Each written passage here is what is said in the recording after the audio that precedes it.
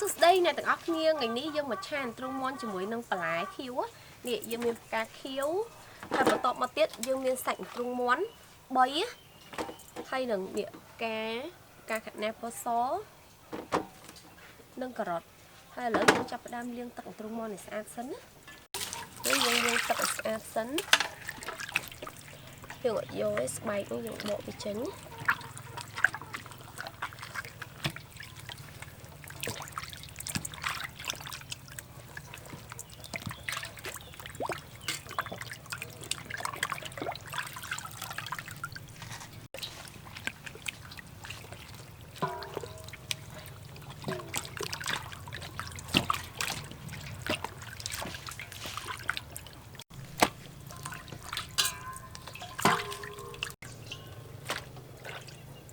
lời dương chập đam ve sành rúng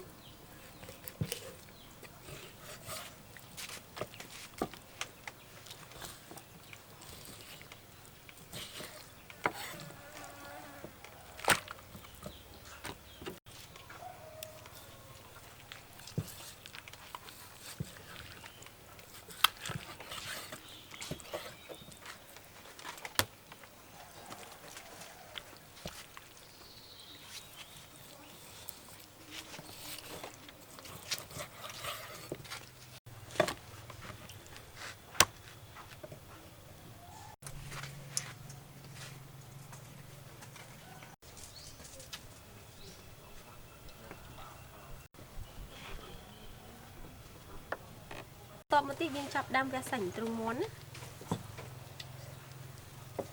cái chân ham như chị đống á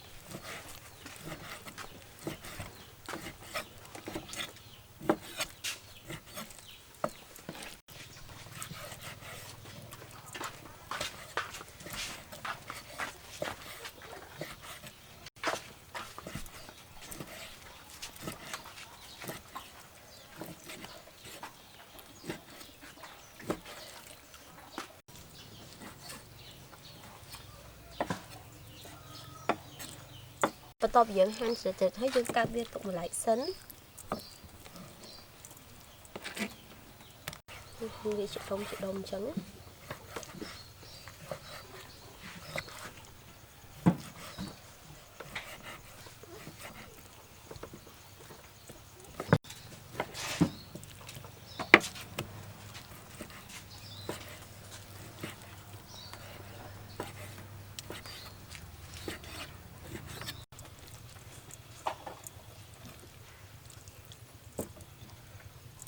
lớn dương chập đam dương lại sấn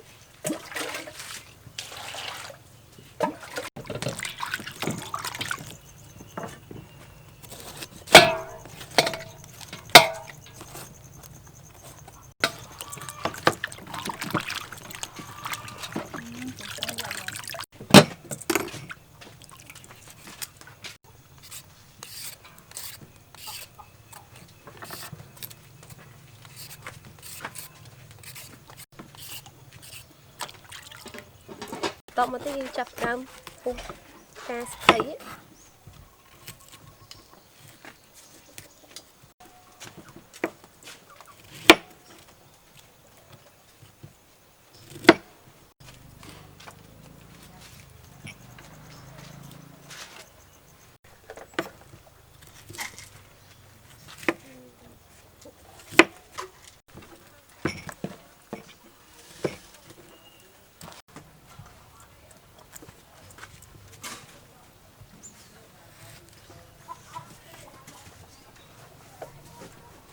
này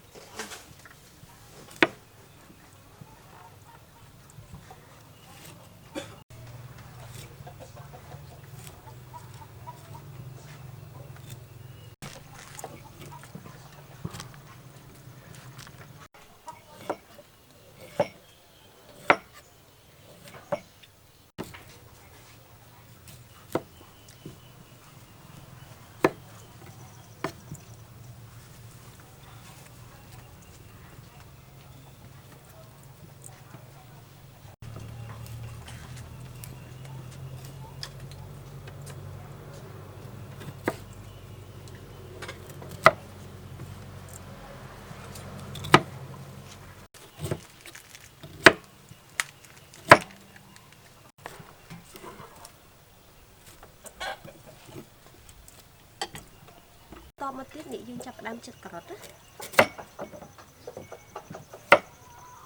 rồi mới dương chật đi đàn trắng á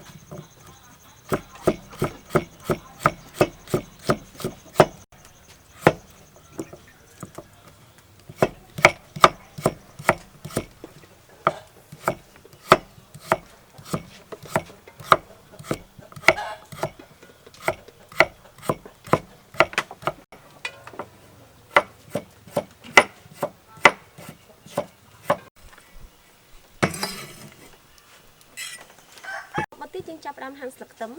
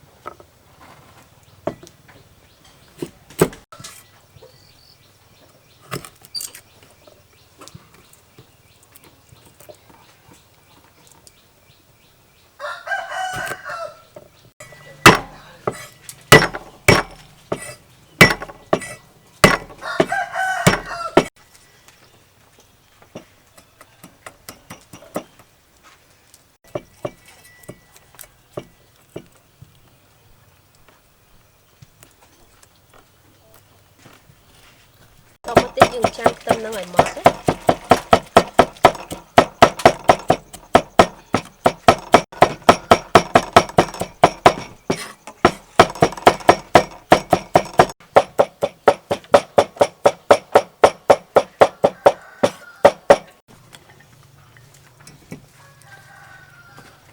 đấy ní dương chập đam chọc xong phải lại xính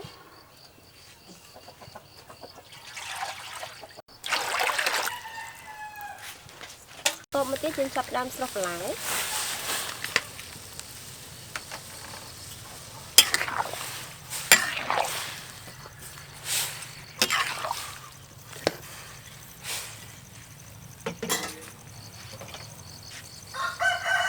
mới dùng băng vợ cho một tí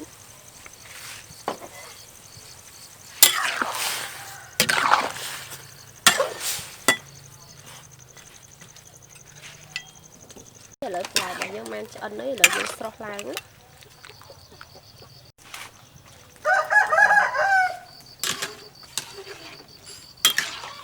một tí dân đang chặt sọc sạch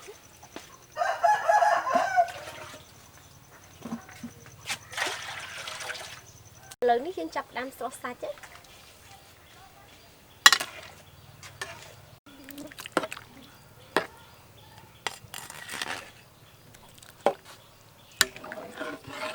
ní là không còn dưỡng còn những cái dân sang như láng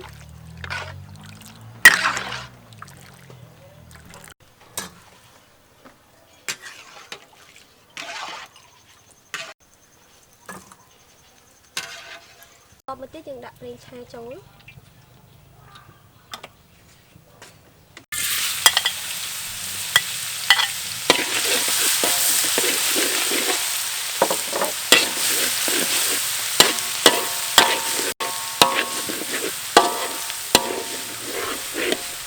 những đặt tập cây trống hay những đặt sợi nương trống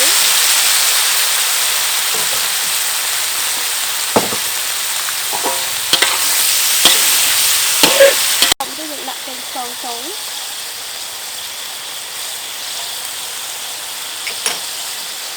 mực sai sốt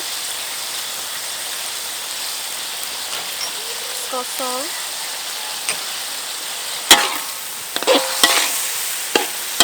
lại sạch môn điên chấn đấy là những đặt lại số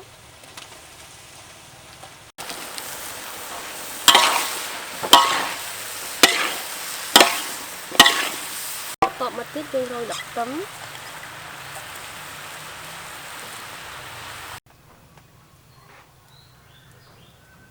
ní lợi cha lại một sạch trung môn bỏ dương ăn cho bị ro lấy lợi dương chập đam plo ôi tôi cũng khăn lòng chui mỏng ấy nè ôi một sạch ạ lòng đông đông mỏng ấy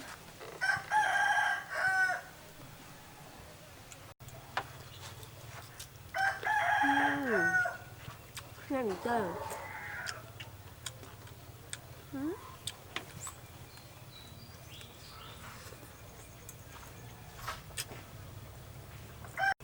sạch muốn